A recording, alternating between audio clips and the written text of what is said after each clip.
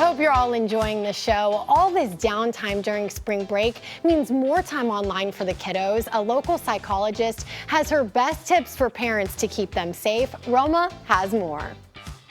I welcome back family psychologist Dr. Ann-Louise Lockhart. Great to have you in our studio. There's a lot going on year-round when you have kids, right? Yes, absolutely. And online safety is one of those things that is so important to keep an eye on, but also maybe a battle with your kids. So what are the biggest mistakes you would say parents make when it comes to online safety? Well, one of the biggest things is letting them get on social media earlier than they should. Yep, I think I agree with that too. Yes, even though a lot of platforms say age 13, we really should be waiting until 15. I know, unpopular opinion, but it's just their developing brains aren't ready for it yet. And there's so much fast-paced stuff that's online.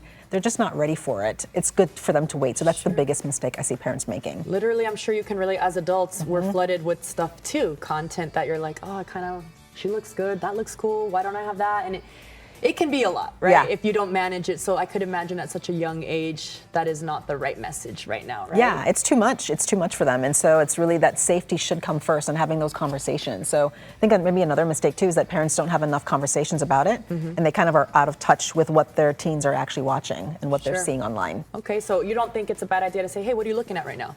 Or can you go through their phone? No, I think that you do it collaboratively, because then if it feels like you're sneaking and you're trying to be like, spying on them and everything, although you do have a right to see what they're seeing, do it in a more collaborative, joint way rather than like, oh, what you seeing, and looking over their shoulders. Like that doesn't go over well. Roma, slow down. Can't be doing that. I know you do it to your friends, but not your children. Right.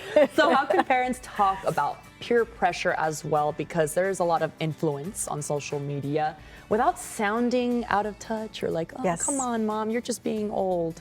Old school. Well, you just lead with curiosity and really ask them, like, what are things that you're noticing online that are bothering you? Or what are some trends that you're seeing? Or have them share it with you. Have them share reels or memes or snaps or whatever it is that they're seeing that they love, and share it along with them. Yeah. So that you can really see what their world looks like. That is true. Yeah. To kind of be in touch with them and what they're interested in could actually help your bond grow stronger, probably. Absolutely. And then you can also see if there's something that they're concerned about, a concerning DM or a picture or a tag that they got that they feel uncomfortable with, because kids are sneaky. Yes. So if they have a conversation with you, a relationship with you, they're more likely to be honest. That's so true. And also, you never know who's trying to talk to them either. That's another big thing I think that stands out to me if a teen or a young person is on social media or just online in general. They got to be careful. Exactly. Okay. And so what would you say to parents tonight if they're struggling?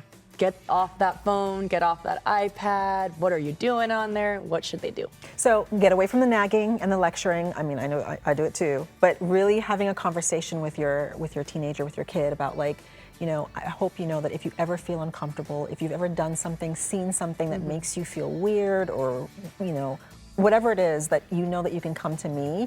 I'm working on not overreacting if you have in the past, and then really work on not overreacting, so that they can come to you, because sometimes they're going to make a mistake and they need to know that you're the safe place that they can go to. Yeah, and parents, let's face it, we all made mistakes when we were young kids. Absolutely. We didn't have social media, but we did other things too. So creating that safety where, okay, I can talk to my mom and dad about that. Yes. I am getting that is so important right now. Yes, absolutely. And you have a digital literacy resource for kids, or is there anything that you recommend they can use? Yes, absolutely. I worked in collaboration with Namely, and they have a digital literacy resource for parents to help them with these kinds of conversations, to be very conscientious about it, to feel confident, to have the right words to say, and they can go to Namely online and find that resource. Namely, just how it sounds. Yes, exactly. It's a Raising Tech Ready Kids resource. Perfect. And I know you have a book that talks about a lot of this, just loving your teen, the teen that you have. I know I'm butchering your name right now, but it's there. Yes. And in this book, though, what I love is you're just saying accept the teen and love them for who they are. Absolutely. So it's called Love the Teen You Have, and it's really going from 9 to 19 for parents and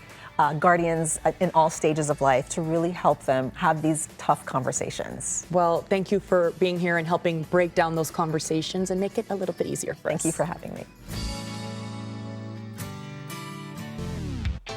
Coming up, men in the audience, if you're looking to get that crisp, fresh fade, we've got the executive barbers ready to show us how to do that after